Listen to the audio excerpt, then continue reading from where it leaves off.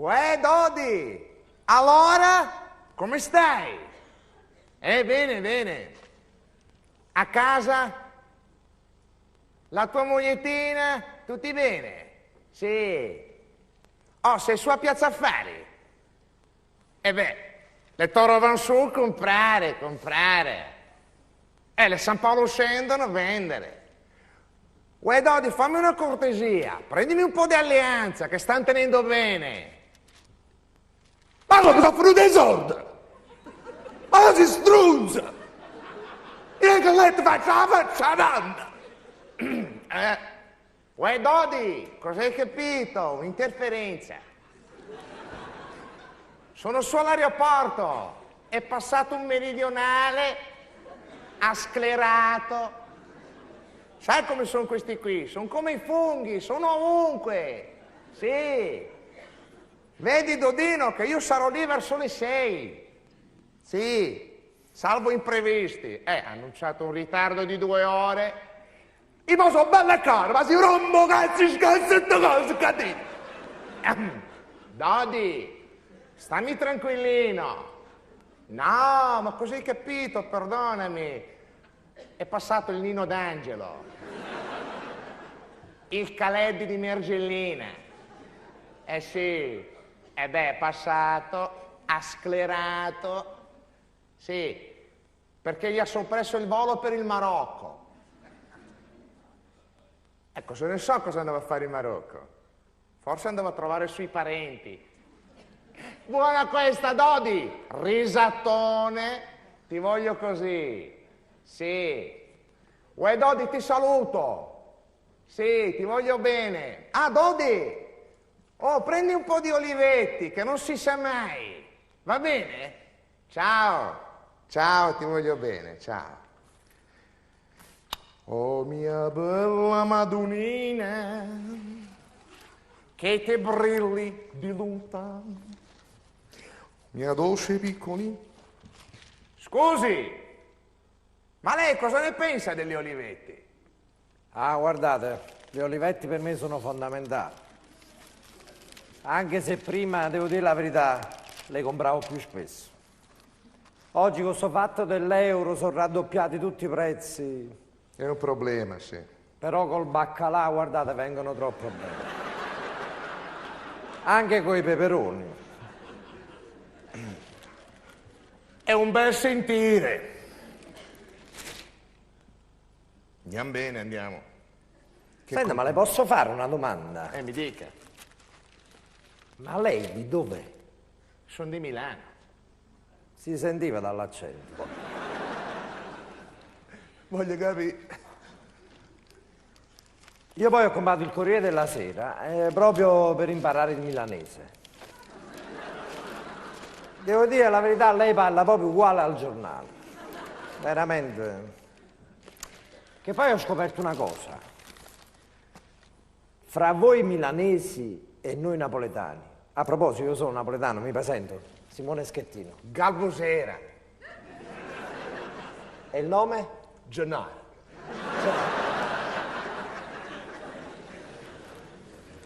Comunque dicevo, fra voi milanesi e noi napoletani c'è un feeling esagerato. Ma va? Pensi che io anni fa sono salito per la prima volta al nord ed ero impaurito perché a Napoli mi avevano avvisato: stai attento che al nord i napoletani li trattano male. E invece, signor Galbusera, ho scoperto che è tutta una stronzata. A noi napoletani ci vogliono talmente bene al nord che quando ho passato il casello di Bologna con la macchina targata Napoli mi hanno sparato i fuochi d'artificio. Ma non in cielo, in faccia. Poi sono arrivato a Milano e ho detto: mi devo comportare da milanese. Non mi devono far pesare il fatto che sono napoletano. E appena è scattato il semaforo rosso, subito mi sono fermato. Io che non so tanto abituato. All'improvviso una macchina dietro ha iniziato a suonare il clacson. Ho detto: cazzo, siamo a Milano. Un milanese che suona il semaforo rosso. Mi sono affiancato sulla destra. Ho abbassato il finestrino. Ho detto: scusa, ma non l'hai visto il rosso? Mi ha risposto: strunz, che cazzo da film?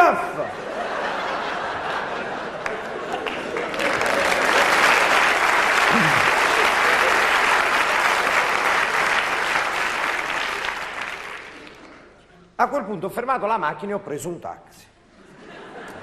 E ho detto, devo continuare a fare il milanese, non se ne devono accorgere che sono napoletano.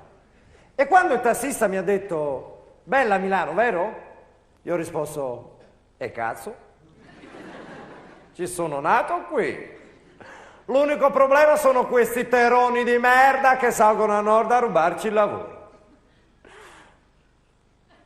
Ma la sono fatta a piedi. Era nata a Caserta. Ma comunque. E beh,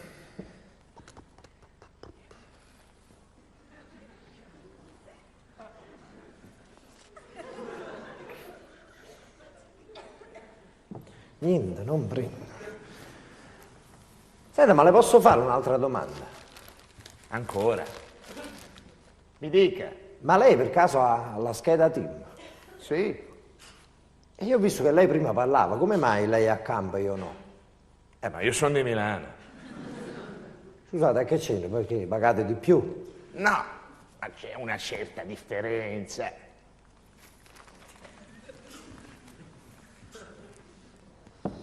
Che poi mi dovete credere, io questi cellulari li odio. Oramai è diventato tutto un fatto di marketing, sì. E pur di venderci li fanno sempre con delle funzioni all'avanguardia. Pensate, ci ho messo 10 anni, dico 10 per convincere mio padre a comprarsi un cellulare.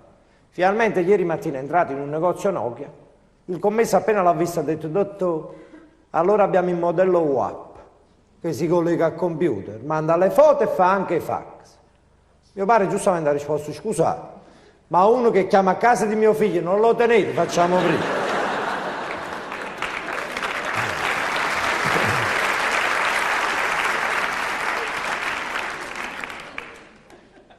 Addirittura li fanno con questi tasti sempre più piccoli, sì, che quando scrivi rischi anche di sbagliare. Proprio l'altro ieri ho mandato un messaggio a una mia amica, stasera ti vengo a prendere, faremo delle porcate esagerate. Dopo 2 minuti mi è arrivato il messaggio del direttore della banca. Schettini, è vero che state 20.000 euro sotto, ma non è il caso di ridursi in questo stato.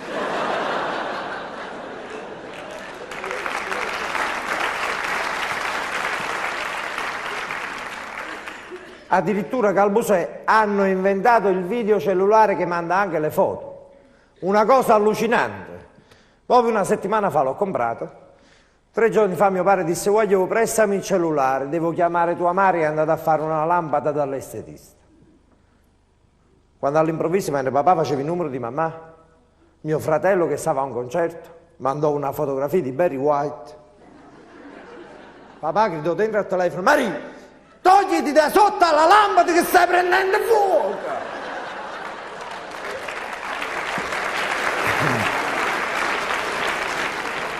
Ma no, ma io questi cosi li odio proprio, mi dovete credere. Anche perché sono l'ennesima dimostrazione che noi uomini siamo inferiori alle donne. Non c'è niente da fare. Eh sì, perché signori uomini, vi è mai capitato di andare a cena con una bella donna per la prima volta? Voi cosa fate? Per educazione spegnete il cellulare, per non disturbarla. Lei non solo lo tiene acceso, ma mentre tu stai cercando di conquistarla nel momento topico dicendo la mia donna ideale come te, sai? Capelli neri, carnagione scura, labbra carnose, occhi, lei ti guarda e fa scusa un attimo, sta suonando il cellulare. È come se tu non ci fossi proprio dall'altra parte, inizi a fare tesoro, come va? Sì, sì, no, ma come sto a cena con un altro uomo? Ma lo sai che non frequento altri uomini? E tu pensi, che cazzo sono, una lavatrice? E a quel punto inizia a infierire, sì. Ci vediamo fra un quarto d'ora a casa tua. Sì, no, non sto facendo niente importante. In verità sto facendo 2 palle così. Sì, salgo su da te e farò tutto quello che vuoi. Ciao. Ciao.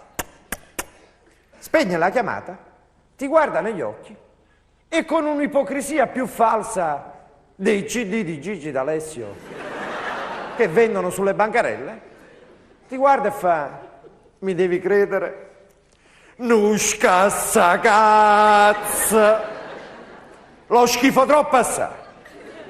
E tu pensi, meno male che lo schifi. E se lo voleva bene, lo portava a cena, a spese mie pure a lui. A quel punto lei ti riguarda e fa, stavi dicendo? La tua donna ideale come me? Scusami un attimo, gli è arrivato un messaggio.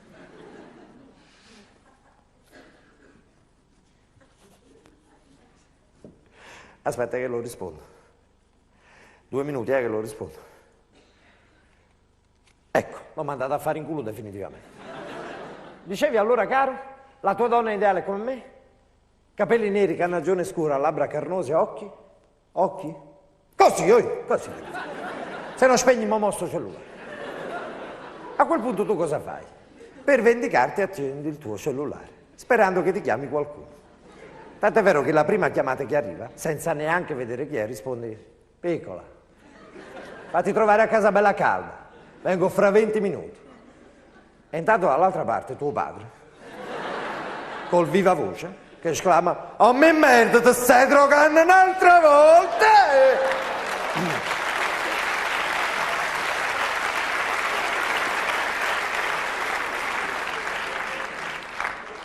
Dice, vabbè Schettino, ma questi in fondo sono discorsi da maschilista.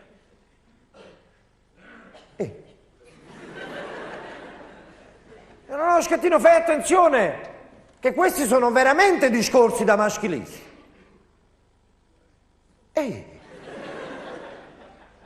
Noi qua dobbiamo chiarire un altro punto. Io vorrei sapere perché, quando una donna oggi dice io sono una femminista, per lei è un motivo di vanto, un segno di distinzione dalle altre donne comuni. Se un uomo si permette di dire io sono maschilista, sei un pezzo di merda, un basta. Oh. Calma. Ma tu non avevi detto che eri una femminista? Sì, ma io lo faccio per difendere la mia categoria. E perché io no? Io te pensavo che erano un mammut. Dice sì, ma noi donne siamo il sesso debole. Se non ci difendiamo noi, chi ci difende? Ovvero.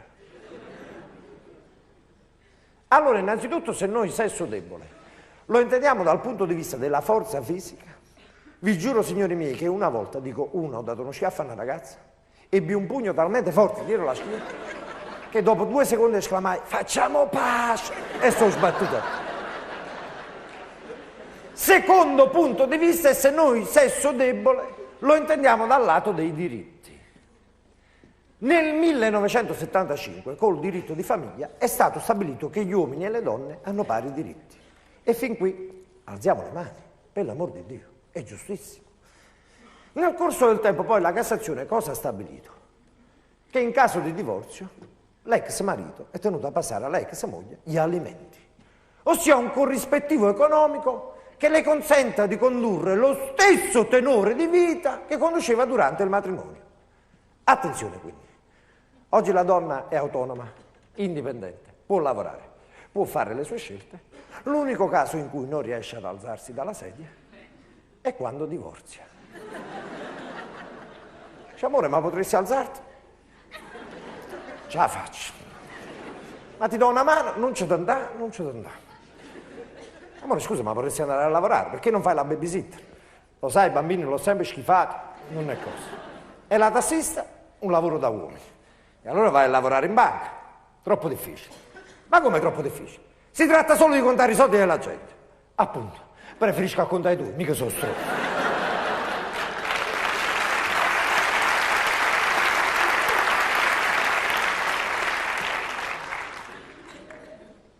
Ma la Cassazione poi si è superata, sì. Nel corso del tempo ha stabilito che anche se sei disoccupato, sei costretto a passare gli alimenti alla tua ex moglie. Se non lavoro. E che cazzo le do? Il megafono che vado a fare le manifestazioni in piazza. A quel punto l'uomo italiano, essendo un uomo intelligente, ha pensato, adesso trovo una scappatoia. Convivo solo. Ma la Cassazione non è stronza. No, non te la fai così facilmente. Poco tempo fa ha stabilito che anche con la convivenza sei tenuto a passare gli alimenti alla tua ex convivente. E allora non lamentiamoci se oggi nelle discoteche non si ballano più i lenti. Perché se oggi balli un lento con una ragazza, il giorno dopo le devi passare gli alimenti. È così. È straordinario vedere Da qui su, le donne nelle prime file che ridevano con quella faccia per dire sì, è vero, hai ragione, ma non me ne frega un cazzo. Io voglio gli alimenti. Parla, tanto lo stesso me ne dà.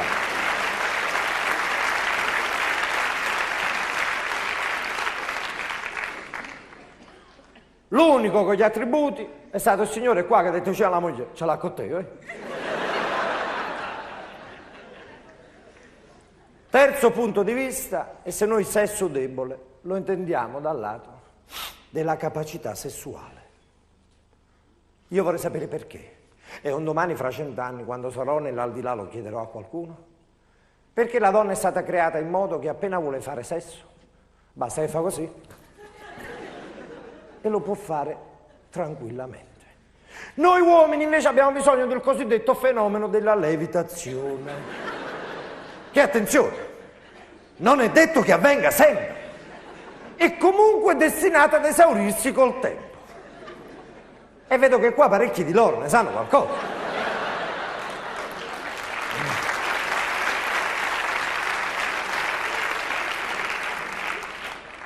Dice, vabbè, Schettino, ma di che ti lamenti? Oggi hanno inventato i rimedi. Ma voi donne non avete idea di come è mortificante per noi uomini camminare con quella pilloletta celeste? È celeste, grazie. Con quella pilloletta celeste nascosta nel portafoglio. Che attenzione, si deve prendere mezz'ora prima e con un bicchiere d'acqua. Per cui fin quando sei a casa tua con la tua compagna davanti al televisore, calcoli la mezz'ora, prendi la pilloletta e sei sicuro che dopo mezz'ora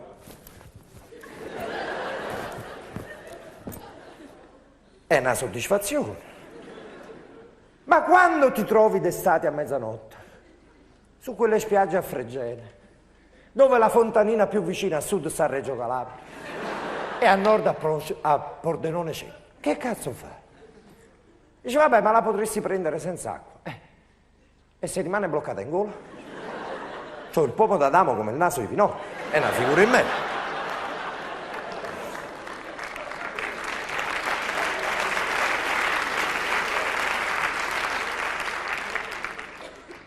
Guardate, questo fatto che bisogna prenderla mezz'ora prima è allucinante. Io una volta stavo in giro per Roma con una turista tedesca, calcolai che dopo mezz'ora saremmo andati in albergo, presi la famosa pillola. Niente di meno che a questa, dopo 20 minuti, le venne voglia di visitare il museo indiano. Dovetti fare ammazzate con la guida. Si pensava che tenevo un totem nei pantaloni. Dice, vabbè, ma in fondo questi sono problemi che non avrai a 36 anni. Li avrai nella vecchiaia. E neanche questo è vero. Innanzitutto perché è stato accertato scientificamente che il 90% di noi uomini soffre di ansia da prestazione sessuale. Questo perché? Perché il 75% delle donne ancora oggi non conosce bene come è fatto costituzionalmente un uomo. In poche parole, non conosce i tempi della sua ricarica. Vi è mai capitato, signori uomini, di fare l'amore? Vi è mai capitato, signori uomini, di fare l'amore con una bella donna? Dai il meglio di te stesso, completi l'atto e pensi: l'ho distrutto! O sta bene perlomeno per una settimana.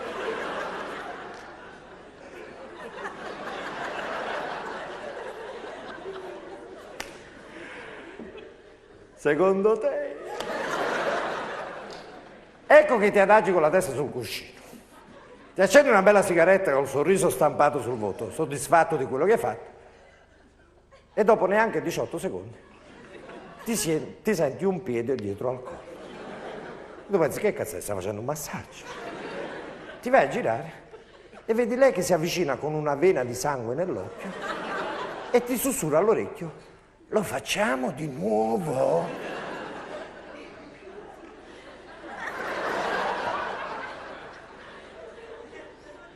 Dopo 1 minuto e 20.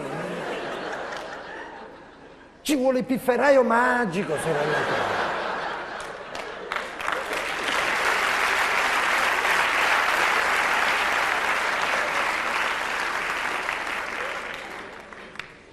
Guardate che oramai l'ipocrisia regna nel rapporto uomo-donna. Parliamo prima delle donne, poi parleremo anche degli uomini. La donna italiana media, signori miei, è quella che oggi va in discoteca a fare la cubista, con un filo nel popò che a confronto lo spago del provolone a Auricchio e la mutanda della nonna 70 anni fa. Tu passi sotto al cubo, giustamente le guardi il culo, lei ti guarda e fa: sei un porco. Ma che ne aspettavo? Che guardavo le donzillo, esce!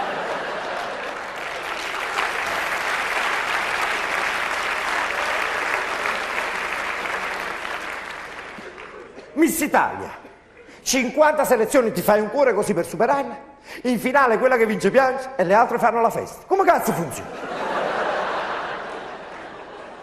Poi hanno scoperto il trucco, l'ultima Miss Italia che hanno intervistato, hanno detto: come mai piangevi, per l'emozione? Ha risposto: no, perché le altre Miss mi davano i calci di alla schiena. Per non parlare delle modelle. Io ho una mia amica modella a Napoli, l'altra sera disse: guarda Simone, non so se ce la faccio stasera a sfilare. Mi sento gonfia. Al ristorante ho mangiato un'insalatona, 2 olive nere e un pacchetto di crackers integrali. Niente di meno. E se veniva la vigilia di Natale a casa mia, che sfilava sopra la sedia a rotelle.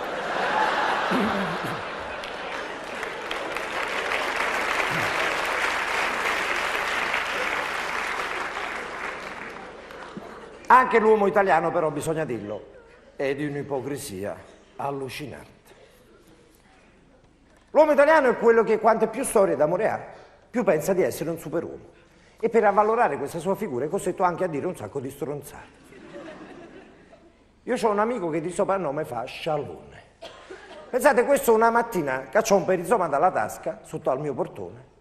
Lo annusò e disse: Samantha, e che te lo dico a fare? E se ne andò.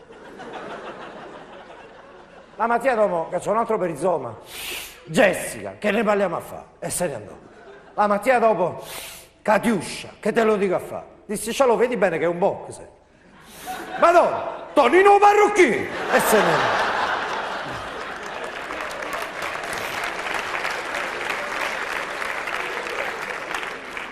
Pensate, una sola volta mi ha presentato un femminone, disse: questa è la mia fidanzata, Valentina, dai un bacino al mio amico Simone.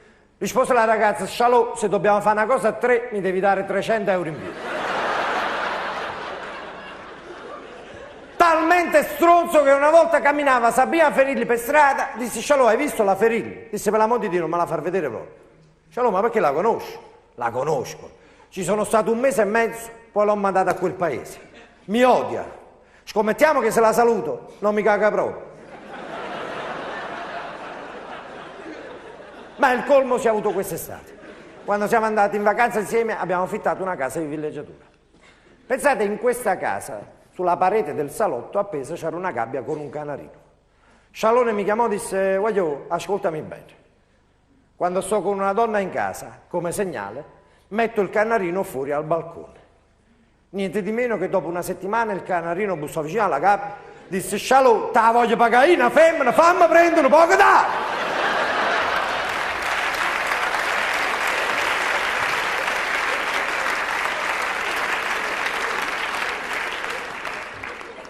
Tutto questo naturalmente è una parentesi quando si parla dell'uomo e della donna napoletani.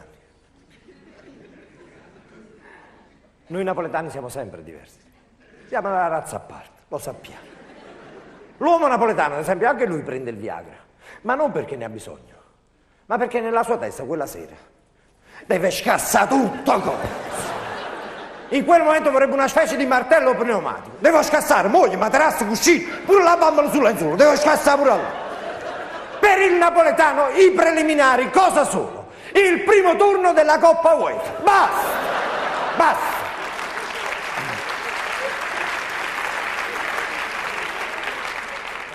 E il napoletano è quello che durante l'enfasi del porto, nella passione più totale, inizia a impazzire, sì. È quello che dice vicino alla moglie: adesso mi devi dire che sei una zoccolo. No, ma scusa, vergogna, no, devi gridare, sei una zoccola, vergogna, grida, sei una zoccola. E vabbè, sono una zoccola, sono una grande zoccola, fammi tutto quello che vuoi. A quel punto il napoletano si ferma e dice: Madonna, che ho combinato? Mi sono sposato con una zoccola.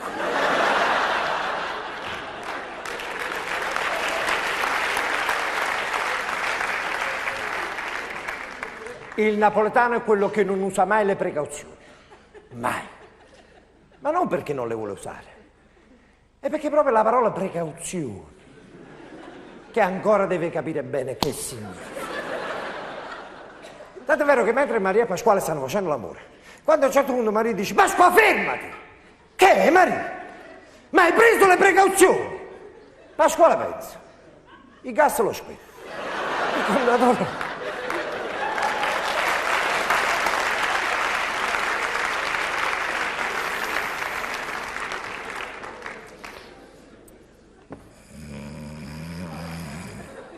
Grazie. Io sono. Carme, balla una tarantella. Una tarantella, Carmela, una tarantella.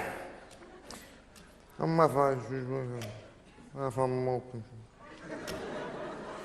Spaghetto. La polenta mi fa schifo. Buah. Butto tutte cose. Carmine, fa uno spaghetto a vongole come sei fatto tu. Spaghetto a vongole. Fa un culo. Calbusera? Calbusera? Che cazzo è Calbusera? Carmine. Calbusera? Ma voi vi siete addormentati? Cos'è successo? Parlavate napoletano. Ma cosa dici? Ma cosa dici? Parla napoletano. Sei te che stai dormendo. E obiettivamente mi è venuto un po' di sonno. Perché te sei lì, parli da delle ore. Fatto venire sonno. Ma cosa vuoi dimostrare? Cosa vuoi dimostrare? Calbusera, mi dovete perdonare. Ma noi napoletani non è che economicamente siamo molto agiati. Non ci possiamo permettere molte cose. È una cosa gratis è lo sfogo. E io ogni tanto devo sfogare. Non costa niente. Ma allora fai come me, no? Sfoga sul lavoro. Lavorare! Fai come me. Io guardo gli altri lavorare. È come se lavorassi pure io, no? E poi, se vedo un lavativo, ma sai, io lo so che fa! Se storcia la menorte e faccio lo pazzo. Sono lasciato andare. Ma voi siete milanesi? Sono milanese, sì. Mi diventi petulante, Masaniello. Fai una roba utile. Dimmi un po' le ore, va? Guardate, intorno alle 10 meno 10. Più o meno però, non sono sicuro. Ma con cosa ti regoli? Col fuso di Caserta Vecchia? Intorno, poi volete la puntualità, volete prendere gli aerei. Voi così gli aerei li prendete, li perdete. Te devi andare in giro in funicolare. Oh, ma il Berlusca non vi ha insegnato niente. No, per cortesia, non mettiamo questo discorso in mezzo, se no inizia a nervosire. Voi è su Berlusca. E cosa c'è di male? Allora voi mi volete fare innervosire e io mi innervosisco. Voi è sto Berlusca. Noi già venivamo da un governo di centrosinistra che aveva fatto il bello e il cattivo tempo. Quando all'improvviso 2 anni fa in campagna elettorale si presenta uno che dice: in Italia c'è troppa disoccupazione, le tasse sono alte e le pensioni sono basse.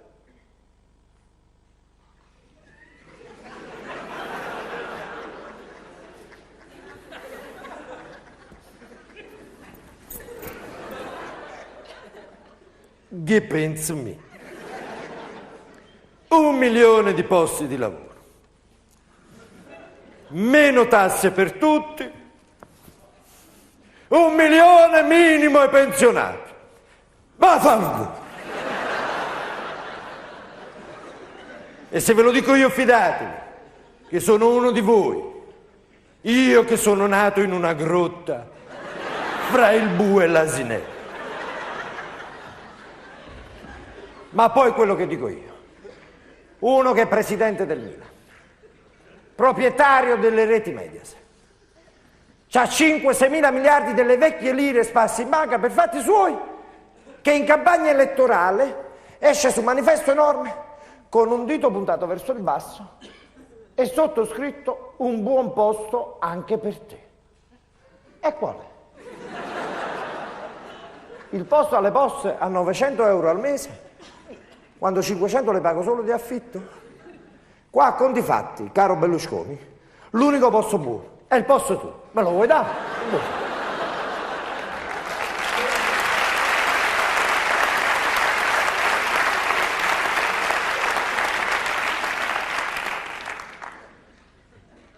Tempo fa è stato pure interrogato sulla crisi economica della Fiat. Rispose Berlusconi: se fossi stato io il proprietario della Fiat,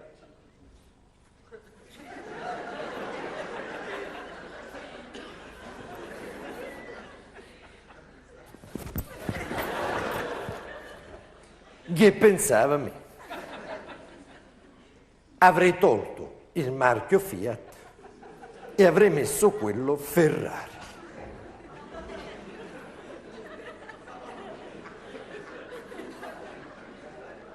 Una mente superiore.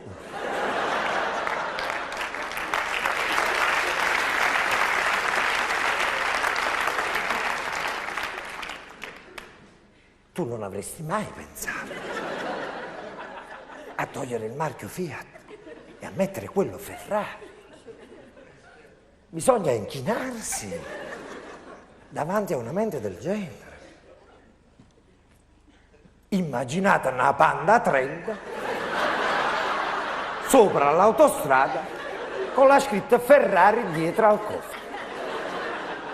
Passa Schumacher, la guarda, telefona a Maranello, dice: per cortesia vorrei disdire il contratto. Io, figure in merda, non sono abituato a fare.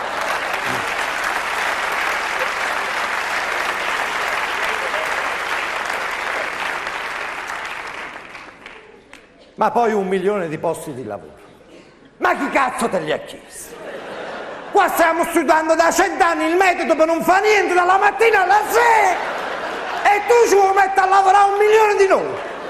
Ma fa 1 milione di sussidi a 6.000 euro al mese che in Italia ti mettiamo posto di Garibaldi e non se ne parla più.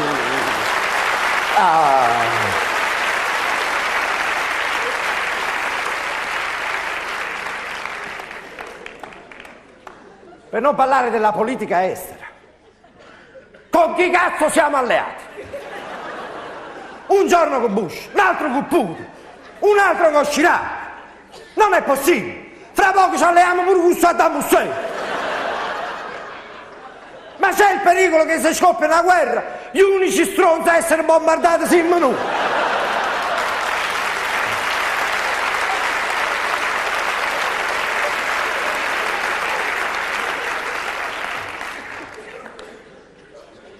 Questo appoggia Bush, qualsiasi stronzato dice Bush. L'altra volta addirittura Bush uscì in televisione e disse: non mi sento tanto bene, sono preoccupato, temo un attacco febbrile. Dopo 2 minuti arrivò il telegramma di Berlusconi: il popolo italiano è pronto a scendere in guerra. L'unico caso in cui non è stato d'accordo fu quando Bush disse: e sia chiaro che i nostri alleati dovranno anche sacrificarsi economicamente. Arrivò il telegramma di Berlusconi: siamo un popolo di pacifisti.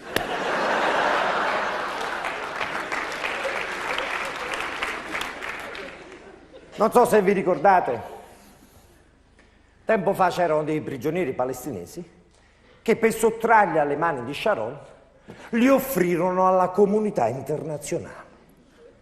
Nessuno si voleva prendere questo guaio. Berlusconi disse: 4 di loro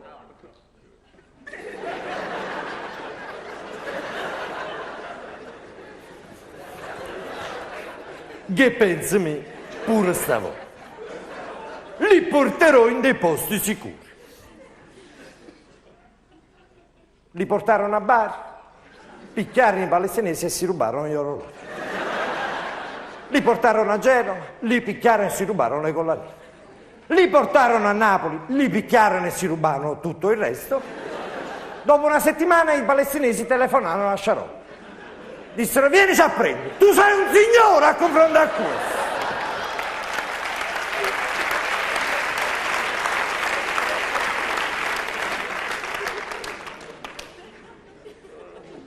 con quale coraggio affrontiamo una guerra? Noi, che a livello militare abbiamo sempre fatto delle figure straordinarie. Già con la seconda guerra mondiale abbiamo fatto capire chi siamo.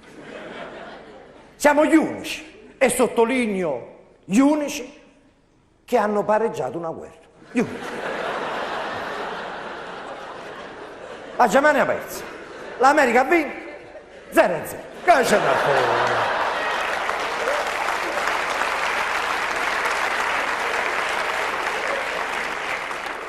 Prima ci alleammo con i tedeschi, poi con gli americani, addirittura quando per un certo periodo si sparse la voce che il Giappone stava vincendo la guerra, il nonno la sera usciva con un kimono addosso.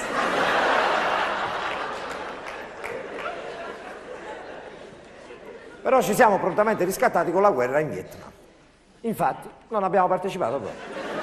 Quindi abbiamo risparmiato un'altra figura in merda. Poi ci fu la guerra del Golfo, vi ricordate, anni fa, con Bush Senior, il padre di quello che c'è adesso. L'America stava andando così bene, stava vincendo la guerra. Intervenimmo noi, a fianco degli americani, con 3 aerei.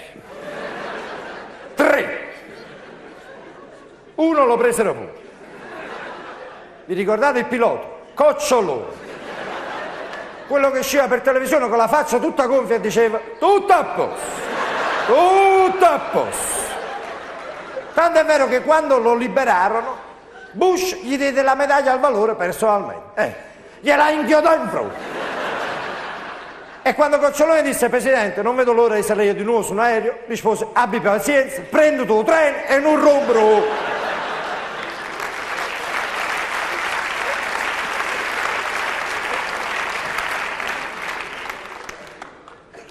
Ma con quale coraggio?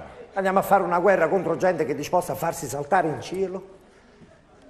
Quando noi durante il servizio militare ci pungiano a zanzara, ci facciamo fare un referto di 3 mesi a casa. Hanno mandato gli alpini in Afghanistan. Hanno detto gli alpini: ma com'è, la banda musicale non viene appresso stavolta?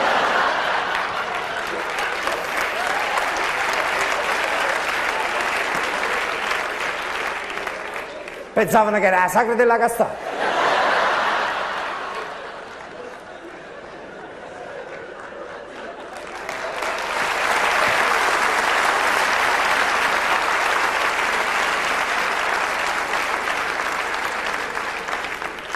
Caro Calbusero, questa guerra è tremenda. Mi hai fatto ridere, mi hai fatto. Però mi hai fatto anche pensare. La guerra. Ma lo sa che questa guerra mi ha fatto venire giù la borsa. Il Mibtel mi ha perso 2 punti. No, guarda, non ne parliamo proprio. Il Napoli non vince la partita da 5 mesi. Cosa c'entra il Napoli col Mibtel? Sto parlando di tecnologia. Sto parlando di informatica, internet. Ma te navighi? Vicino a me, napoletano, città di mare, navighi. Calbusero. Papà è capovascello. Andiamo bene.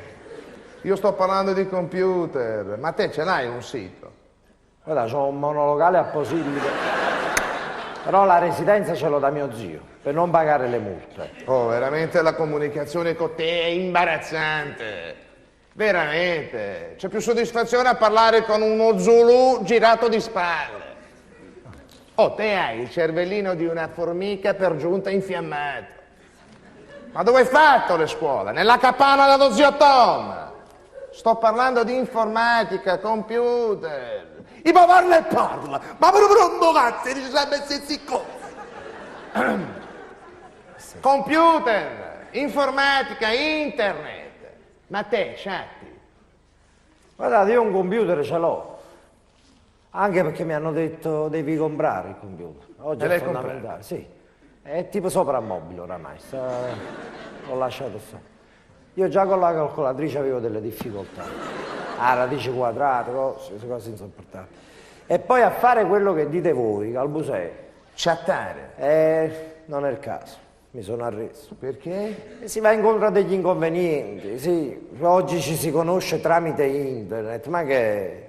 Una volta era tutto più semplice, Calbusè. Vedevi una bella ragazza per strada, le andavi appresso. Era un uccesso, te ne andavi. Oggi no. Oggi ci conosciamo tramite internet e naturalmente non sai dall'altra parte del computer chi c'è a risponderti. Tanto è vero che per un mese mi sono scritto con una ragazza, finché un bel giorno le scrissi: ci vogliamo incontrare? Descrivimi come sei fatta. Rispose: sono alta 1,41. Ho i capelli neri ricci, la carnagione scura e sono molto simpatica. Chi cazzo sei? Arnold?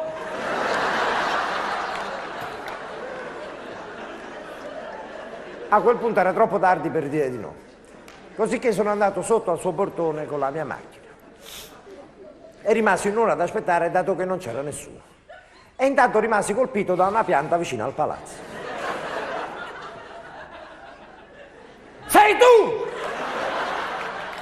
Come scesi alla macchina, si avvicinò e disse: sorpresa, ti ho detto una piccola bugia. Sono alta 5 centimetri in meno di quello che ti ho scritto. Disse: allora qua ci vuole un tacco. Rispose lei sciocco: non vedi che già ce l'ho? No, che hai capito? Tira la testa, perché mi ha fatto rifinare. Niente di meno, per farla salire in macchina la dovetti prendere in braccio. Come si mise la cintura di sicurezza, stava affogato. Dopo 300 metri mi fermò la finanza e disse: per cortesia aprite questo pacco che tenete a fianco. Dopo 500 metri c'era uno che chiedeva il passaggio, disse: guarda, sto in compagnia. Rispose: beh, il pupazzo non lo può mettere dire l'altro.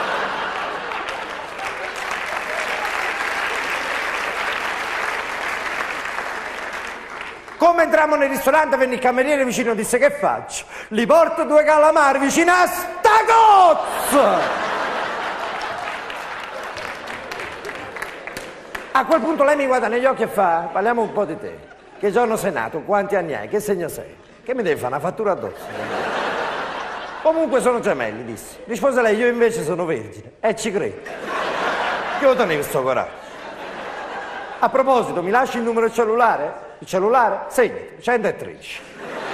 E se non risponde fai 112, vengono a prendere i carabinieri. Ma perché mi tratti così? Non è che per caso sei fidanzato? Chi io? C'ho 4 divorzi sulle spalle.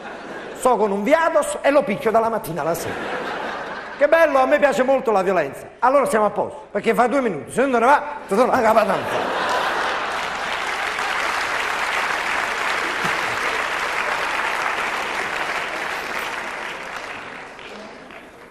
E beh, capisco che usi poco il computer.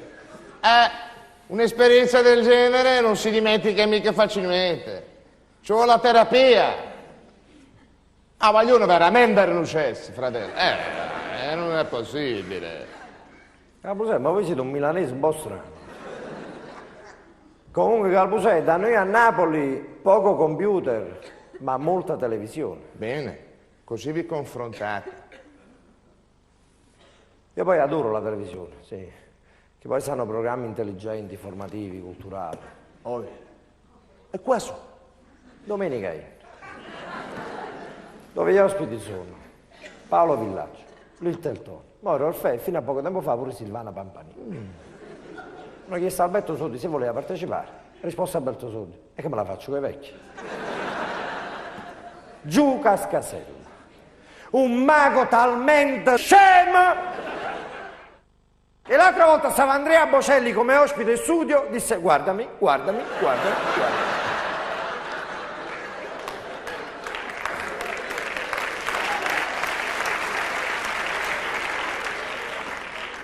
L'unico serio, l'unico è stato Renato Balestra, il quale dopo 2 puntate disse: me ne vado, a me queste cose non mi fanno ridere. E ci credo. Non sia mai ti fai una risata un po' più forte. Se ne scende tutto l'imbalcatura da fare. Niente meno che l'hanno talmente tirata che pure il piede si è accorciato. Tiene 29 di mocassini. Una volta andò anche Sabrina Ferilli a farsi intervistare, di un'ipocrisia allucinante. Ebbe il coraggio di dire: io nella mia vita sono molto riservata e non amo farmi fotografare. E allora quel calendario che per 12 mesi c'hai 2 zizze così da fuori, che cazzo è? Dipinto a mano? Sabrina Ferilli sta facendo scoppiare anche un'altra guerra. Sì, per colpa sua. Vi ricordate? Andò in Afghanistan tempo fa a girare un film, si è messa il burka in faccia. Hanno detto i talebani, ma com'è? A Roma ti metti col culo da fuori e cade il culo il burka in faccia. Ma che siamo, strunzo no?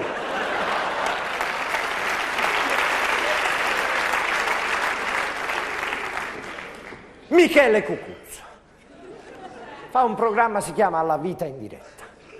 Fa vedere gente che si è sparata, gente senza le braccia, gente che è andata a finire sotto una macchina. La vita in diretta. Ma cambia titolo, fratello caro. La vita è una merda, chi si dice. Ma com'è possibile? Questo va a intervistare solo parenti di gente che ha passato un guaio. Mamma che è innamorata di Michele Cucuzzo, l'altra volta disse vicino a papà: Pasqua, perché non ti suicidi? Vorrei conoscere a Michele Cucuzzo.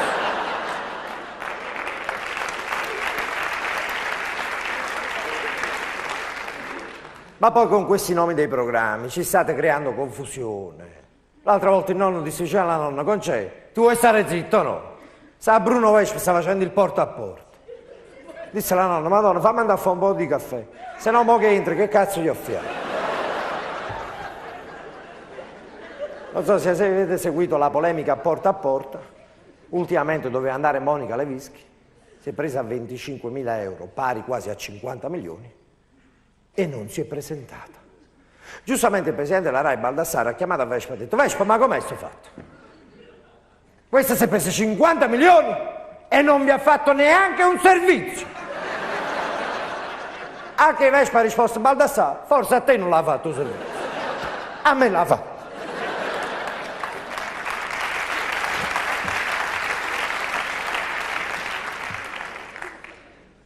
Meno male che in alternativa alle reti Rai ci sono le 3 reti Mediaset. Rete 4, Italia 1 e Maria De Filippi. Presenta un programma, si chiama Saranno famosi. Lo dice anche il titolo, Saranno famosi. È andata mia sorella a fare i provini per la nuova edizione. Hanno detto: allora per partecipare a Saranno famosi devi saper cantare, danzare, recitare e ballare. Ha risposto mia sorella: e se sapevo fare queste cose già ero famoso, cazzo veniva a fare? Platinetta, un uomo col fisico della matrioshka che fa l'opinionista. Ma in testa che cazzo c'ha? Lo zucchero filato. Un fisico talmente in merda che l'altra volta appoggiò la parrucca sul comò e se ne andò. Il padre guardò il comò per 3 giorni e diceva: Platinetta, ma perché non balla a papà? Che devo fare? Taglia.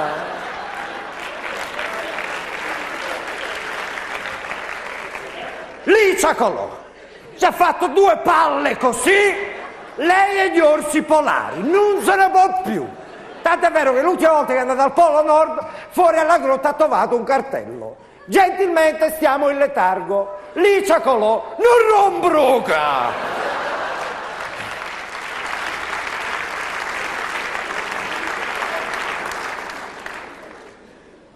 Beh, Masaniello, devo darti ragione, non c'è niente da fare. Però sia chiaro, siamo 2 galassie differenti. Noi abbiamo la doccia, voi la vasca da bagno, per chi può e vuole.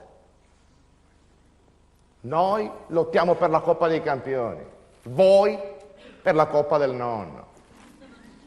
A noi piace il risotto alla milanese, a voi spaghetti aglio e olio con peperoncino, è una poesia.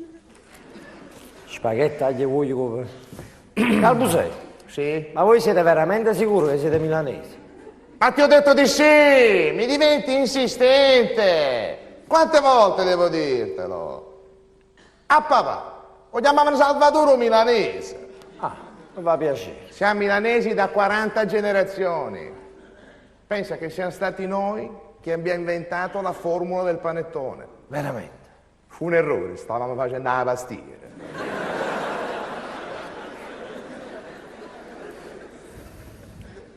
Capusè, ma toglietemi una curiosità. Sì.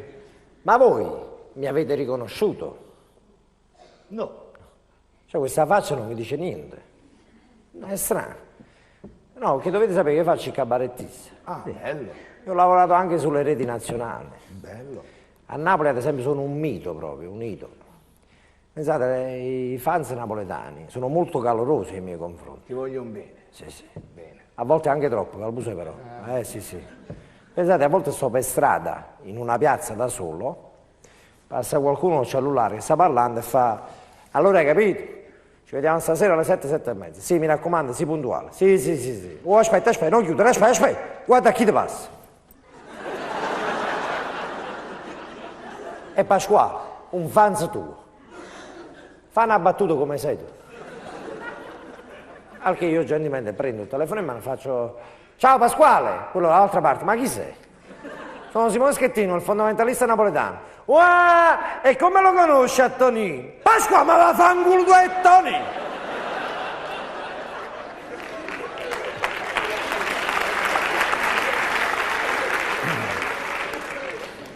Per non parlare poi di quando cammino per strada, passano due di loro sopra una Vespa, quello davanti che guida frena, mi mette una mano in faccia, che non posso più camminare, e fa vicino a quello dietro. Hai capito chi è questo? Quello dietro, come se io non ci fossi proprio, fa: ma chi è questo? Come? Guardalo bene, noi! Cioè, ma chi cazzo è sto strumento? Questo è quello che esce dal canale. E ogni tanto porta la gondola, fratello. Ma il colmo si è avuto tempo fa, quando alla vita in diretta da Michele Cucuzza, per pubblicizzare un film, dichiarai che ero fidanzato con la nota showgirl Barbara Chiappini. Dal giorno dopo in poi a Napoli tutti mi facevano i complimenti, si fermavano per strada, dicevano: complimenti, ho visto che sei fidanzato con Barbara Chiappini, veramente una bella ragazza. Ma il più bello, signori miei, fu uno, e ve lo giuro davanti a Dio, che una sera si fermò e disse: piacere, su Salvatore. Ho visto in televisione che sei fidanzato con Barbara Chiappini, veramente una bella femmina. A me mi fa impazzire. Mi vuoi fare una cortesia? Mo che la vedi, dalla una botta pure per me. Cioè che io pensai quella sera tornavo a casa molto romanticamente avrei detto: Barbara, ti senti in forma stasera? Ne dobbiamo fare una in più, la dobbiamo dedicare a un'amica, Salvatore.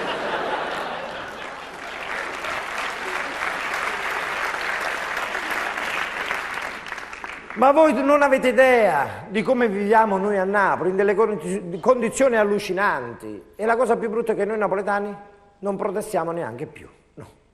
Un esempio. Anni fa ero davanti al televisore con la mia famiglia, quando all'improvviso il giornalista del TG5 esclamò: terzo omicidio a Padova del serial killer in 1 anno e mezzo. La città trema. Papà, che ha detto questo?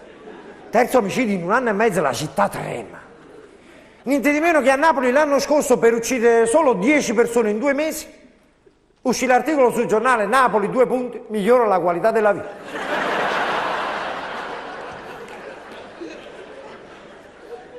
Napoli è un posto talmente straordinario che da noi anche i lavori illegali oramai hanno assunto una parvenza di legalità. Sì. Napoli è l'unico posto al mondo, signori miei, dove esiste il parcheggiatore abusivo autorizzato. È bellissimo. Oramai ti rilascia anche la ricevuta. È come se io andassi a fare una rapina in banca e poi dicessi vicino al cassiere: gentilmente i soldi mettetemeli sul conto. È la stessa cosa.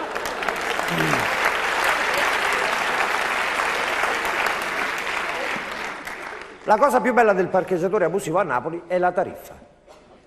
Scusate, quant'è? Una cosa a piacere. Va bene, €1? Buone! E che devo fare? Scusate, ma voi non avete detto una cosa a piacere? Ma a piacere mio, mica a piacere voi. Addirittura anni fa andai allo stadio San Paolo a vedere una partita del Napoli. Il parcheggiatore fuori allo stadio si prese 5.000 lire per guardare la macchina. Entrai in curva.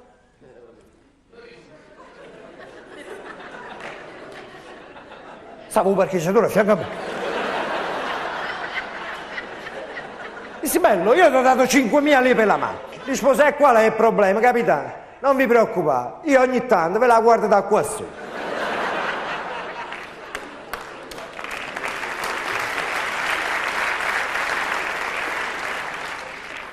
Una cosa che mi dà fastidio però è il fatto che si dice che a Napoli non rispettiamo le leggi. Non è assolutamente vero. È semplicemente che da noi a Napoli la legge non svolge tutto il suo iter, tutto il suo percorso come nel resto della nazione. Basta, questo. Non è nient'altro.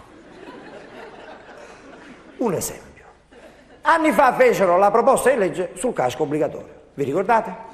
Mentre poi nel resto dell'Italia si è trasformata in decreto, da noi a Napoli è rimasta una proposta. Te lo vuoi mettere? Non te lo vuoi mettere? Che me ne fotta a me? I più belli sono quelli che sulla moto se lo appoggiano sul braccio. Che cazzo, un cestino di fragola stai portando a casa?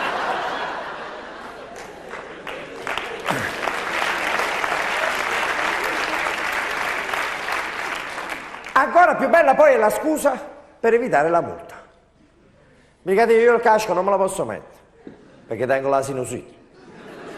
E infatti si è visto, a 200 all'ora sopra la moto, stai facendo l'aerosol. Non ne parliamo poi se metti la cintura di sicurezza. Ti prendono anche per il culo, Anna. Ah! Gianna! Vieni a vedere questa cintura di sicurezza! I costrunza! E da dove vieni? Da Bassano del Grappa! Beh, certo. Per voi veramente è un problema accettare le regole della CE. Per voi è molto più semplice il codice stradale del Senegal. All'incrocio passa il cammello che viene da destra perché c'ha il crick in mano e è violento. Ma con quale speranza volete entrare in Europa? Cambia figura e merda! Ma chi è che ci vuole entrare in Europa? Io sto fatto dell'Europa, chiariamo una cosa. L'Europa. Noi non ci vogliamo entrare. Non siamo ancora pronti. Innanzitutto bisogna far capire bene al napoletano che significa entrare nell'Europa lì. Posso mai dimenticare la figura di merda fatta con mio nonno mentre camminavamo per piazza Plebiscito. Si avvicinavano le telecamere di Canale 5. Disse allora finalmente Napoli è entrata in Europa? Risposi non è, ma senza Maradona usciamo fuori al primo tempo. Ma poi quello che voglio dire io. Ci volete far entrare in Europa? Bene. Glielo dite voi però agli europei. Io non tengo il coraggio. Dopo tanti anni che siamo stati insieme agli africani. Pensate, una volta mi vennero a citofonare a casa. Siamo della Caritas, siamo venuti per il pacco. Mi incazzai pure. Dissi per cortesia, soldi non ne ho, non ho neanche vestiti da dare. E poi chi mi dice a me che questa roba va a finire agli africani? Chi mi assicura che non è tutto un imbroglio? Rispose, ma che avete capito? Quello il pacco è arrivato a voi.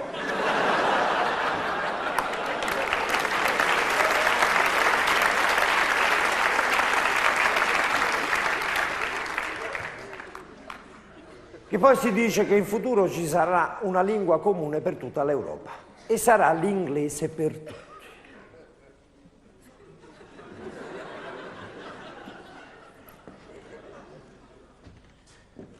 Ma quello che dico io, sono passati più o meno 150 anni dall'unità d'Italia e adesso a Napoli con un po' di sforzo stavamo imparando a parlare l'italiano.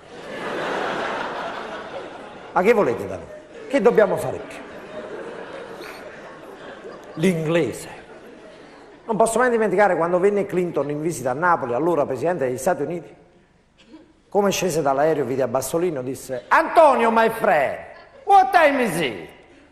Bassolino lo guardò e rispose yes. Per non parlare di Scalfaro, che una volta venne a Napoli e tenne anche una specie di copizio. Napoletani, io conosco molto bene i vostri problemi, la malavita, la malasanità, la disoccupazione, ma sono problemi che non vanno accantonati come sempre, devono essere focalizzati. E tutti quanti in coro, bra! Incendiamo tutta cosa!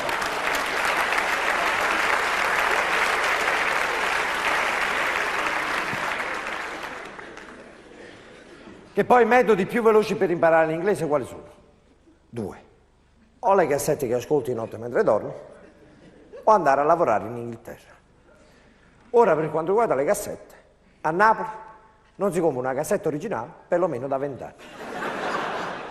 Immaginate il giorno dopo che hai ascoltato la cassetta e vai a fare la spesa dal salumiere. Mr. Ciccio, please. 2 bottle of milk. 1 piece of bread. E 500 grammi di mortadella tagliata fino come si arriva. Oh, ma che cazzo state dicendo? E non lo so, Don G, quella alla cassetta era fassa e si è scassata pure. Ma che incontri i marocchini, così lo devo fare. Oh. E andare a lavorare in Inghilterra per imparare l'inglese? Io avevo un mio amico Pasquale, faceva il cuoco. Disse vado a lavorare in Inghilterra, vado a imparare un po' di inglese. E dato che era un bravissimo cuoco, addirittura andò a lavorare alla corte della regina Elisabetta. Risultato? Dopo 2 mesi non solo Pasquale non sapeva una parola in inglese, una, ma la regina Elisabetta quando si sedeva a tavola alla sera diceva allora Pasquale, una insalata di mare, un spaghetto a voglia e tu sei il ceffiere, lo facciamo presto.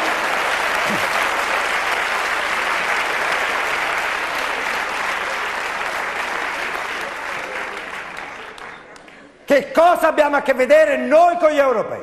Niente! Prendete ad esempio i vigili. Voi avete mai visto un vigile tedesco, come è fatto? È di una cattiveria esagerata.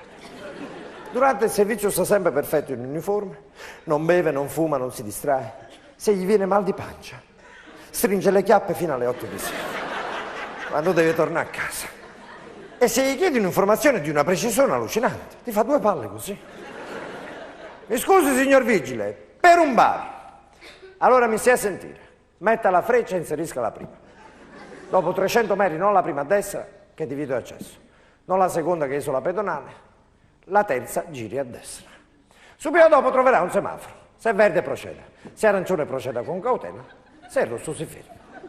Una volta scattato il verde, sulla destra troverà il bar.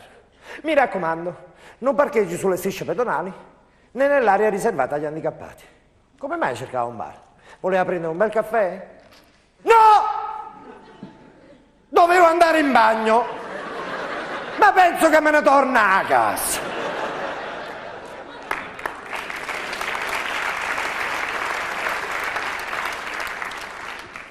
A Napoli il vigile è molto più pittoresco, molto più folcloristico. Stai a Posillipo, chiedi informazioni a un vigile per andare a via Roma. Scusate signor vigile, per via Roma.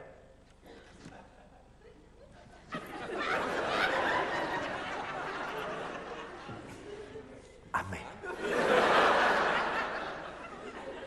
Allora statemi a sentire. Non andate di fretta, che già mi fa male a capo. Poi mettete la freccia, inserite la prima. Dopo 300 metri non la prima a destra, che è senso 1. A questo sta sempre un po' di traffico, non vi conviene. Prendete la seconda. Mi raccomando, state attenti che non ci sono i vigili. È controsegno. Subito dopo trovate un semaforo. Se è verde procedete, ma state molto attenti. Se è rosso passate lo stesso, se no dietro si incazza. Scusate, se è arancione, e non lo so, mi mettete in difficoltà. Fate una cosa a piacere, non mi ricordo.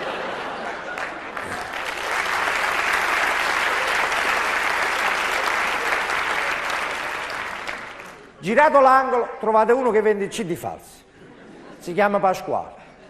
Gli dite mi manda Mario il vigile, conservategli l'ultimo di Celentano. Ma come vi comprate i CD falsi? Poi stronza mica sono per me, io li vendo d'estate quando vado in Calabria, per arrotondare. Perché? Perché ci volete portare in Europa? Perché? Ma voi avete mai visto quando in Inghilterra avviene un incidente stradale?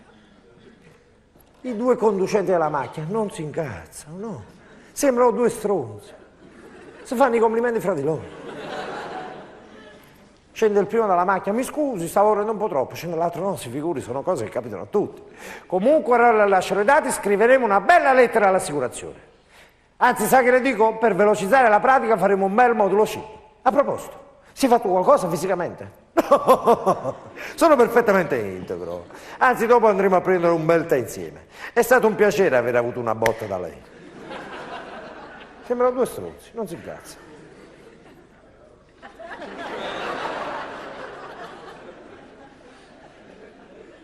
Ah!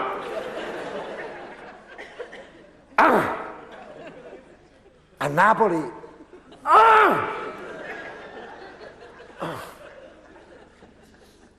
Dai una botta a uno al semaforo. Gli prendi solo lo specchietto. Questo scende dalla macchina. Madonna santa! Mi sono salvato per un miracolo!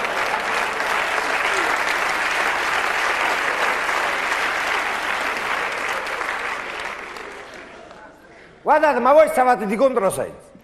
Ma voi avevate lo stop. Ma voi avevate il rosso. Ma voi stavate correndo. Ma voi avevate i fari spenti. Ma fottuto.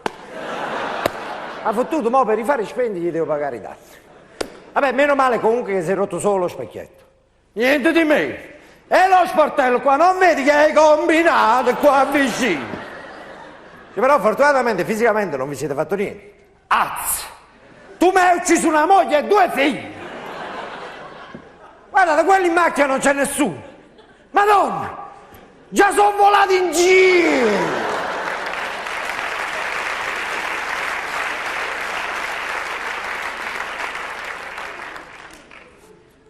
Calpusè, date retta a me. Siamo diversi, andateci voi in Europa. È imbarazzante. Lo so, Calpusè. Andateci voi. Siamo 2 popoli diversi anche rispetto a voi, sì. Voi ad esempio soffrite molto la malavita extracomunitaria. Io mi ricordo che fino a poco tempo fa c'era questa moda dei furti delle ville da parte dei malavitosi albanesi da voi. Vi siete mai chiesti come mai questi malavitosi albanesi non venivano a rubare a Napoli? Immaginate un povero albanese che viene a Napoli in trasferta a rubare in una casa popolare. Come apre la porta della casa, si guarda intorno e gli scende una lacrima di nostalgia, perché si ricorda la casa sua in Albania tanti anni fa quando era piccolo. Ecco che all'improvviso torna la famiglia della casa popolare, 18 persone. Punta il coltello sul capofamiglia e dice: presto, dimmi, dove sono i soldi? Madonna, non mi uccidete, stanno nel primo cassetto. L'albanese lo apre e dice: ma questi sono cambiati e sono pure protestati, se volete le fresche stanno nel secondo cassetto. Ma che hai capito? Mi devi dire dov'è il liquido nel ginocchio di mia moglie, ieri è caduto per le scale. Allora dimmi, dov'è la stanza da letto? Dovete aspettare le 10 stasera che togliamo il tap e mettiamo i materassi. A quel punto all'albanese gli esce un'altra lacrima, dice: guardate, qua stanno 200 euro, questi tempi. Questo è il numero di cellulare, se avete bisogno di un aiuto, chiamate. Chi cazzo me l'ha fatto fare?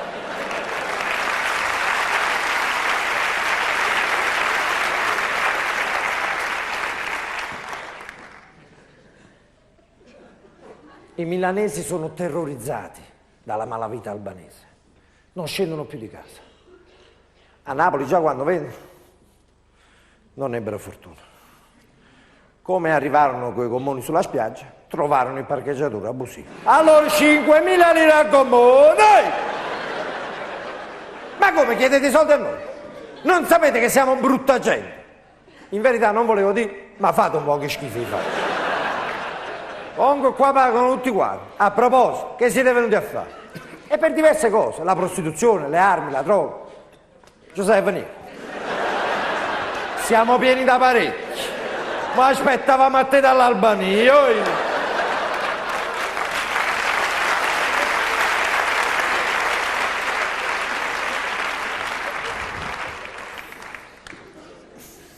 Ed è normale. È normale che non avete paura degli albanesi. Siete quasi parenti. Anche voi sempre in giro col gommone. Emigrare, emigrare, emigrare. America, Belgio, Germania. Pizza in mandolino. La valigia con lo spago intorno. Partono i bastimenti. Pettenna stanunda. Candana bordesso. Napolitana. Quando l'ha già fa, l'ha già fa. Grazie.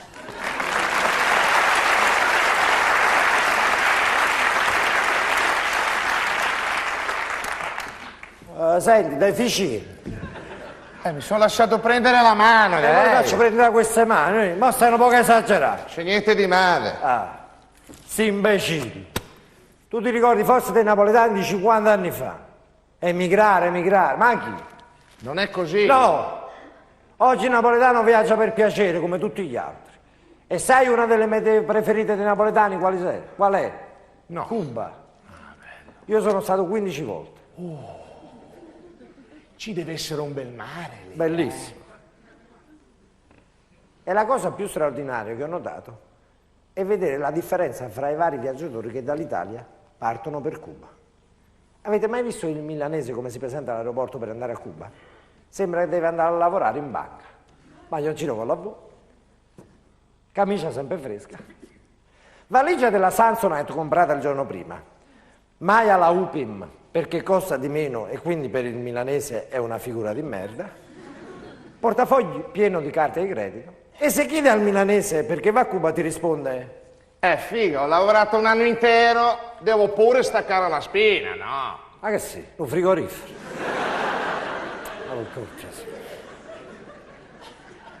Il napoletano che va a Cuba, quando si presenta all'aeroporto,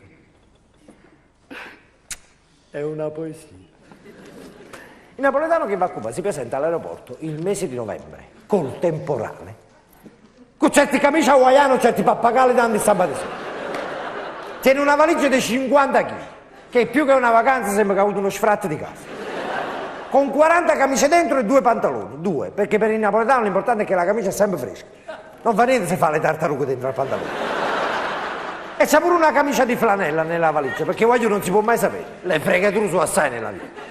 Camicia che se la mette a Cuba alle 2 del pomeriggio. Prendi fuoco! Bagno schiuma e shampoo metà vuoti. Tanto con un poco d'acqua dentro va a fare un culo, si riempiono da solo. E cammina con questa valigia di 50 kg con le rotelle nell'aeroporto che va per cazzi suoi. Che se non sta attento prende l'aereo per la Russia. E si trova il 15 novembre a Mosca col bermuda e gli zoccoli al piede. Esclamando: lo sapevo che ci voleva la camicia di flanella, va a fare un culo. Il napoletano è quello che sull'aereo non dorme, perché deve pensare a come si deve rubare il salvagente da sotto al sedile. Ma non perché è ladro, no. Attenzione, no. Perché il biglietto è costato 1.200 euro. Troppo assai. Un regalo ci vuole, che cazzo.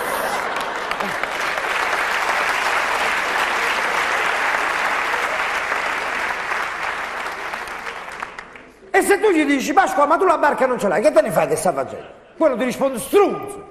Ma perché quando mi rubai il posacenere dalle ferrovie dello Stato, che tenevo il treno, cazzo?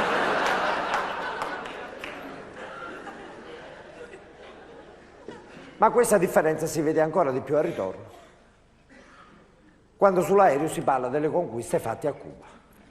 Sì, perché vai dietro a tutto e senti.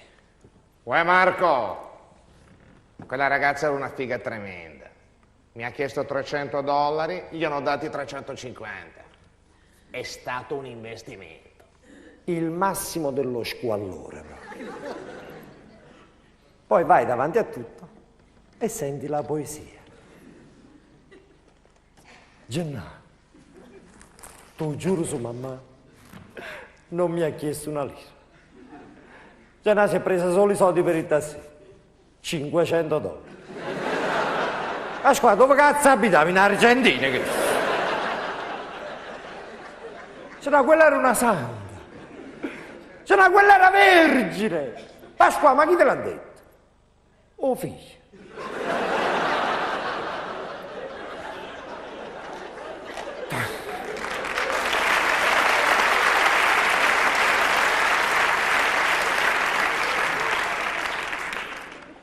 Tornando a parlare del napoletano in vacanza a Cuba, il napoletano appena arriva a Cuba si veste per andare in discoteca.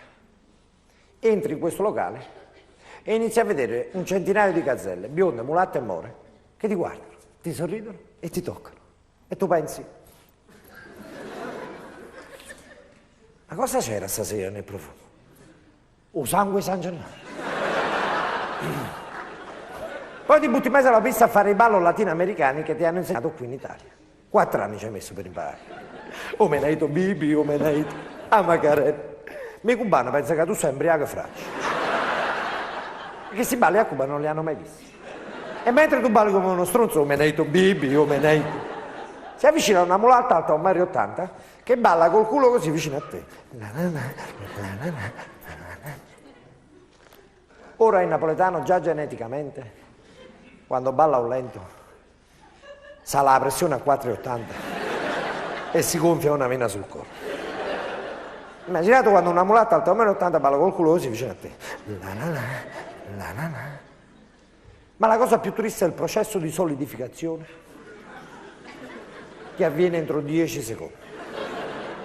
Per cui fin quando è il pantalone di stoffa invernale possono pensare che è il portachiavi in tasca. Ma quando è il pantalone estivo e poi giunta con le pezze, che dici? Che tiene la chiave della Reggio Caserta in tasca.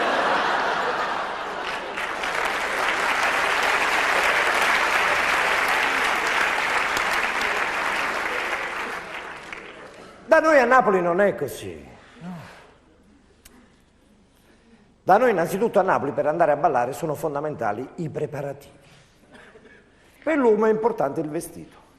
Deve essere classico ma un po' sportivo. Informale ma di tendenza. Alla moda ma originale. Che se già hai qualche problema al cervello per fatti tuoi, è meglio che il sabato sera vai a dormire alle 9:30. La donna napoletana invece sta 3 ore davanti allo specchio. Shampoo, bigodini fono, fondotinta, mascara, terra rossa, terra indiana, ombretto, 7 smalti. Che se la vedi il giorno dopo al naturale, pensa che ha avuto un incidente nella nottata. E tiene pure il coraggio di dire, caro, ho fatto solo qualche piccolo ritocco. Niente di meno, cara. E che volevo? Pure la plastica all'orecchio per andare a ballare. Una volta entrati in discoteca, da noi a Napoli sembra il Pakistan. Gli uomini da una parte, le donne dall'altra. Che cazzo è la quadriglia? Gli uomini fanno vedere che sono brillanti, che si divertono fra di loro agli occhi delle donne. Sì, si dicono le cose all'orecchio. Viene l'amico vicino che sta dicendo, non ho capito un cazzo, fai vedere che ridi, sennò facciamo una figura. Poi vai al bar, ma non ordini un succo d'ananas, no! Perché pure se ti piace fai una figura di merda davanti a tutti. Devi berti qualcosa che ti scassa la capa. Qualcosa non sai manco che cazzo significa. Negroni, bellini, capirigna, capirosca. Che cazzo è la capirosca? Non fa niente se quando lo bevi senti il fegato che canta lacrime napolitane. No! L'importante è che ti scassa la capa.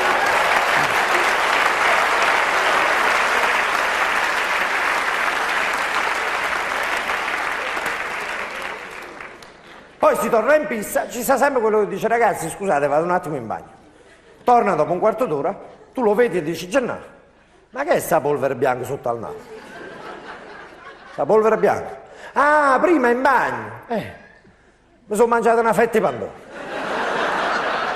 Un mese di settembre. E che tenevi i vermi dentro, questa fetta di pandoro. Io alle 5 del mattino, quando oramai la discoteca è quasi deserta, ci sta sempre il solito stronzo che è stato tutta la serata seduto su una poltrona senza dire una parola, che quando tu dici Pasquale sono fatte le 5, ce ne andiamo, dice aspetta un attimo, sa quella che sta guardando. Pasquale ci credi? Che le ragazze che guarderò, sei l'unico stronzo che ti hanno ancora il cappotto appeso alle 5 del mattino. Questo perché da noi a Napoli le donne in discoteca amano ballare fra di loro. Si mettono una di fronte all'altro, ma come ci stiamo divertendo, sì è bellissimo, senti sta venendo uno, non lo cagare, non lo cago, non lo cago, non lo cago, non lo cago, non lo cago, non lo cago, non lo cago, non lo cago, non lo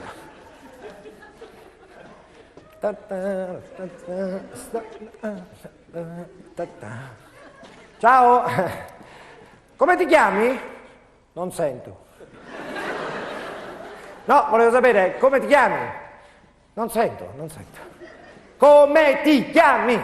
Non sento, la musica è alta. Ah no, perché volevo invitarti una settimana nella mia villa a Montecarlo. Come? Non sento, non sento. Non sento.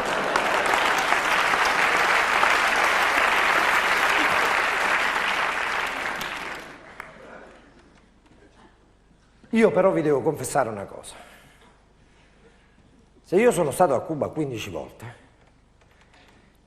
è perché in Italia ho difficoltà ad instaurare un rapporto sentimentale. Sì, perché ogni volta che ho portato una ragazza a conoscere i miei genitori, non l'ho vista mai più. C'è un episodio emblematico che spiega tutto ciò. Ed è stato quando alla vigilia di Natale, di 3 anni fa, portai per l'ennesima volta una ragazza a casa. Sì. Prima che venisse, memore delle precedenti esperienze, ho riunito tutti i parenti e ho detto: mi raccomando, non facciamo figure di merda come al solito.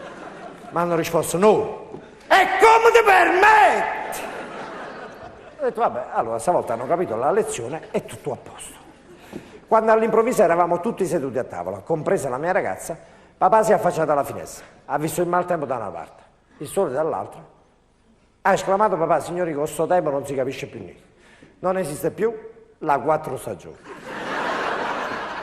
Mamma l'ha guardata e ha detto: ma ti rendi conto che stronzata stai dicendo? Tu hai sempre preso la capricciosa. Anche mio padre ha detto: ignorante, che c'entra la pizza col maltempo? Ha risposto: mamma, c'entra, lascia qua, c'entra. Hai dimenticato l'ultima volta che l'hai mangiato quei tuoni che facessi dentro a lei?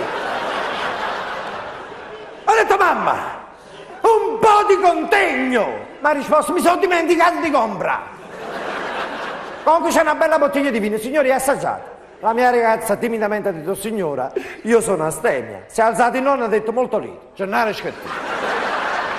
La nonna l'ha guardata e ha detto: deficiente, siediti. È possibile che tieni 90 anni e quando vedi una donna vuoi fare ancora i barbagianni? Ho detto: nonna, ma che dici? Si chiama Don Giovanni. La nonna ha guardato il nonno e ha detto: scusate, Don Giovanni, l'avevo preso per mio marito Giovanni.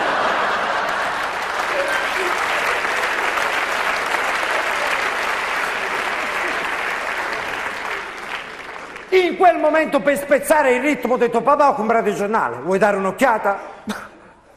Non l'avessi mai fatto. Mio padre si è messo gli occhiali da intellettuale e ha iniziato a leggere. Allora, politica interna. Casini presto di nuovo a Napoli. Ha esclamato papà: finalmente hanno tolto a sei puttane dalla strada. Politica estera. Macedonia, 2 punti. Altri 1000 morti. Ma che cazzo ci mettono dentro a sta frutta, volesse sapere? Ma la vera tragedia si è avuta quando papà ha aperto la pagina degli spettacoli e ha letto: Madonna aspetta un altro figlio.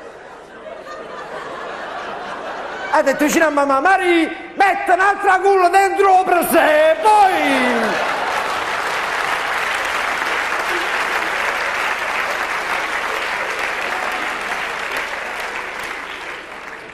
Fortunatamente in quel momento è arrivata la carne a tavola. La mia ragazza sempre timidamente ha detto: per me no grazie. Ultimamente che ho fatto la mucca pazza ho un po' paura. Ha risposto mio padre modestamente: questi problemi non li teniamo. Questi l'abbiamo congelato 6 anni fa. Subito dopo sono arrivate le olive ascolane. Il nonno ne ha preso una, l'ha tagliata a metà, ha detto vicino a mia madre: Maria, ma sti supplì di riso da quando cazzo li dico? Niente meno che sono diventate verde. In quel momento si è aperta la porta, è entrato mio zio con un albero di Natale in mano, si è alzato mio fratello gridando: ragazzi, cacciate le cartine, qua si fumo tutta la notte. A quel punto la mia ragazza ha detto vicino a mia nipote di 3 anni: ti è piaciuto il coniglietto di peluche che ti ho regalato? Mamma si è messa le mani davanti alla faccia e ha detto: Madonna, io l'ho fatto al forno che patate. Subito dopo mamma ha buttato la frutta di Natale a tavola e ha detto: mi raccomando, andate piano con le fiche secche che vanno a 30.000 lire al chilo. Si è alzato il nonno e ha detto: allora quella della nonna quanto dovrebbe costare? $500.000!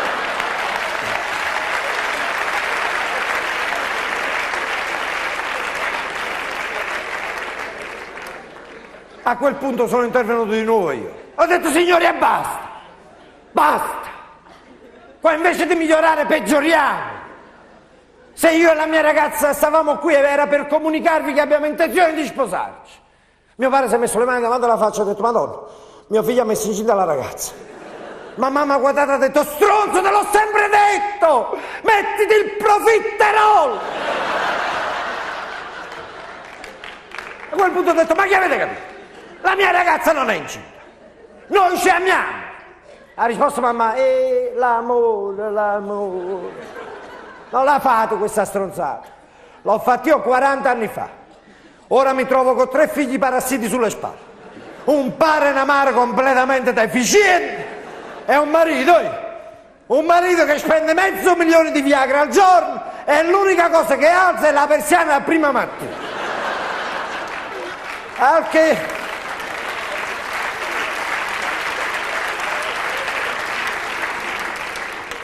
Anche papà, guardate a mamma ha detto, ci credo, con quel freddo che fa di notte nel letto. Tu perlomeno ti riscaldi i piedi con le zizze da sopra. Mamma ha detto, Pasquale, allora devo parlare di quando ti comprassi la mutanda leopardata e dicessi chiamami Tarzan sopra il materasso. Pasquale, tu una cosa tieni di Tarzan, la liana appesa.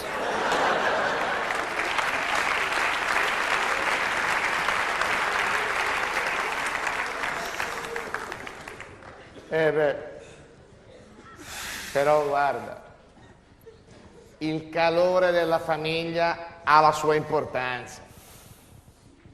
Pure se a te non è una famiglia, è una figura di merda. Però voglio dire... Sempre molto gentile. Però la cena di Natale, dai, tutti insieme. Ma lo sai che io a Natale ho lavorato? No, Quest'anno ho lavorato pure a Pasqua, ma sono visto brutto. Guardate, in tanti anni di napoletanità non ho mai sentito un'eresia del genere. Lavorare a Natale e a Pasqua.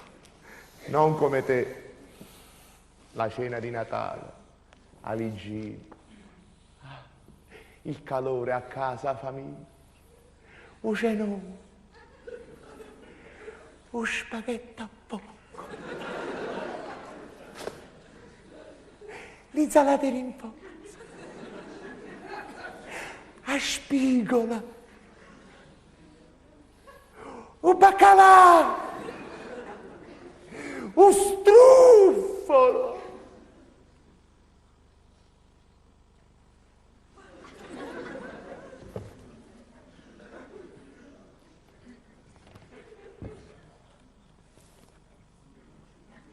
Oh, ma c'è... Sullo struffolo mi sono commosso. Schetti, basta. Mi hai fatto riflettere, Schetti, basta. Basta fingere. Io non sono mai adattato a Milano, mai. Schetti, lo mamma c'è sta maschera. Dici ma verità. Schetti, mi hai fatto pensare. Io mo mi vado a cambiare il biglietto e me ne vengo 4, 5, 6, 7 mesi a casa tua. Ma chi, raga? Sei gentile. Ma quando mai? A casa tua. Ma che state dicendo? E a tavola mattino, piatta mia, a sera, da vicino, come se mi è saputo stessa pure. E ce ne costa lacrima. Ma scusa, ma dove andate? America. Ma chi se A fa? noi napoletani, a noi che ci chiamiamo Napoli. Ma facciamo tutta la sceneggiata! Oh, mia amare,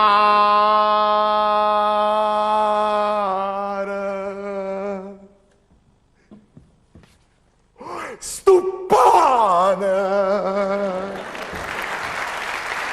Chi se pazzo? Ma dove l'ho conosciuto? Chi? Ma chi me l'ha fatto fare ballare? 5-6 mesi che al busera a casa mia. Quello che mangia. Madonna, ho fatto un guaio. Vabbè. Signori, io sto per partire. Ma prima di congedarmi da voi, vi volevo lasciare col mio ultimo pensiero. È vero, sì, ho parlato male di tutto e di tutti, ma se l'ho fatto non è stato per fare una critica gratuita, come qualcuno potrebbe pensare. No, era semplicemente per strapparvi un sorriso su delle vicende drammatiche che siamo costretti ad assistere giorno dopo giorno. E credetemi, quando ho parlato male di Napoli ci ho sofferto ancora di più, sì. La mia città, dove noi napoletani siamo costretti a vivere in una situazione allucinante. Noi soffriamo per colpa di altre persone con le quali conviviamo, che sicuramente non sono persone per bene, anzi, infangano il nome di Napoli in tutto il mondo. Quante volte noi napoletani, signori miei, abbiamo superato i nostri confini e ci siamo sentiti dire il solito napoletano. Questo sicuramente non per colpa nostra.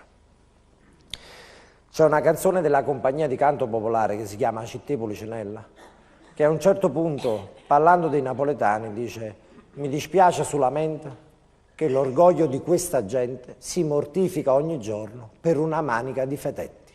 Ecco, questo è il sunto della sofferenza della gente per bene a Napoli. Soffre per colpa di altri che sicuramente per bene non sono. Però lasciatemi dire anche un'altra cosa. Quando l'anno scorso mi trovavo in vacanza in Grecia e andai a fare un'escursione su un'isoletta semideserta, pensate, questa escursione la andai a fare con degli inglesi e quando ero sulla barca per arrivare all'isola li sentivo parlare, mi indicavano, dicevano Napoli, mafia, camorra, spaghetti, mandolino. Io zitto, mortificato in un angolo, non parlavo, non sapevo che dire. Una volta arrivati sull'isoletta, pensate, c'era un unico bar gestito dall'unico pescatore che era anche l'unico abitante dell'isola. Questa persona aveva 80 anni, non sapeva che avessero inventato il computer. Era a conoscenza della televisione ma non ne aveva mai visto una e aveva un grammofono anni 20 con 3 dischi, 3. 2 erano greci, 1 era questo. Sai lontana da sto cor. Allora a quel punto, quando ho sentito le note di questa canzone partire dal grammofono, ho guardato il resto della comitiva con un pizzico di soddisfazione e d'orgoglio. Ho alzato lo sguardo verso il cielo e mentre mi è uscito un sorriso ho esclamato: allora è vero, il Padre Eterno esiste.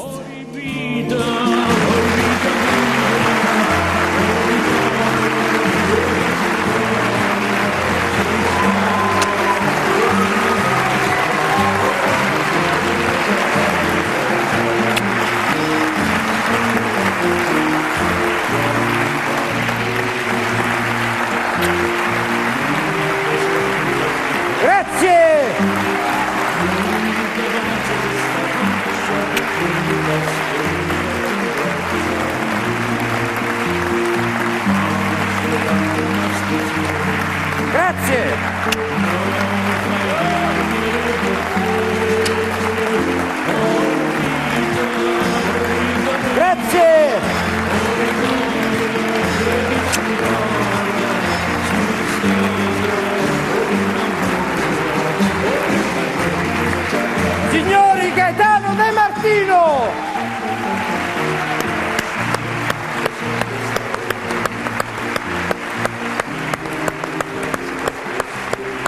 Simone Schettino!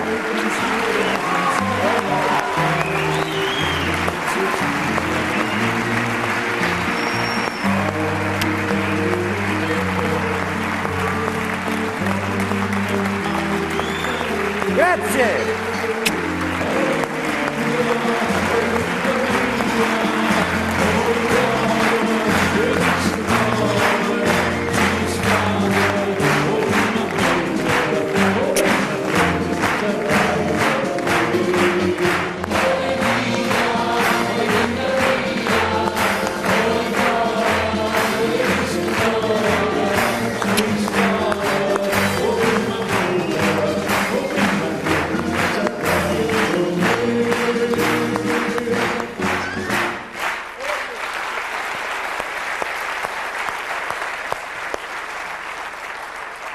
Gennaro, se puoi interrompere un attimo questa musica, sembra la trasferta della squadra del Napoli quando va a giocare a Milano.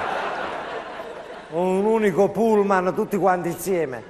E devo dire la verità, alla fine è questo quello che volevo dire. Tutti quanti insieme, il sunto di questi 3 giorni a Bologna. Una città meravigliosa, non mi danno di più in percentuale se dico questo fatto, vi posso assicurare. Però io Bologna, per il calore che emana, la gente di Bologna, l'ho definita una Napoli che funziona.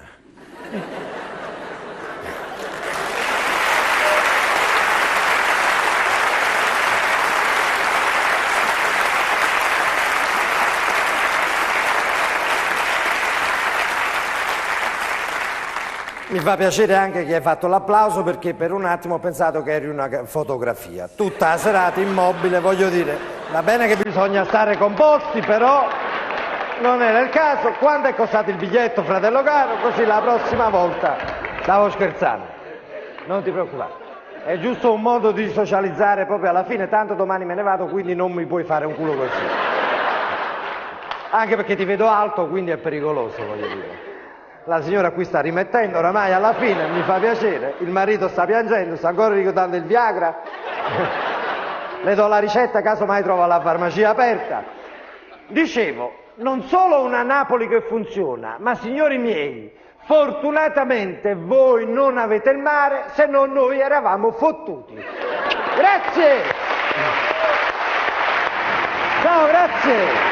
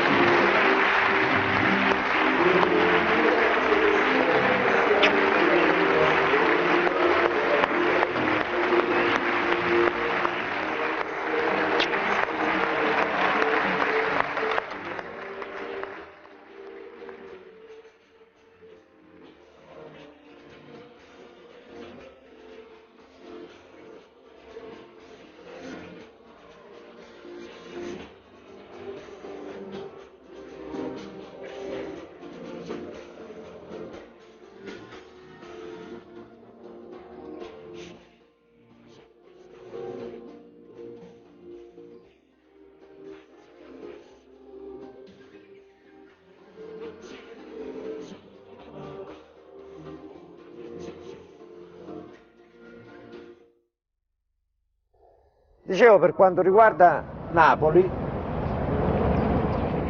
scusate un attimo, veramente, sta un elicottero, non capisco se ci stanno attaccando oramai con questa guerra, non si capisce più niente. Pensate, ieri un piccione aveva mal di pancia, a un certo punto, voglio dire, si liberò, la nonna disse, ma Saddam Hussein che sta usando? Addirittura pure i piccioni mi ci sconfigge. Vorrei chiarire una cosa, la mia famiglia non è assolutamente come la descrivo, è semplicemente frutto della mia pura fantasia. Per questo, voglio dire, una volta per sempre chiedo scusa ai miei genitori, ai miei nonni che addirittura non esistono neanche più. Ora sto preparando uno sketch nuovo, questa è un'anteprima, è la famiglia che fa una seduta dallo psicologo. Mia madre a un certo punto sta confessando delle sue cose, lo psicologo la guardò e disse, signora, lei ha uno scheletro nell'armadio. Rispose mia madre, Madonna, Don Ciccio Salumiere, e da quando è che me lo sono dimenticato?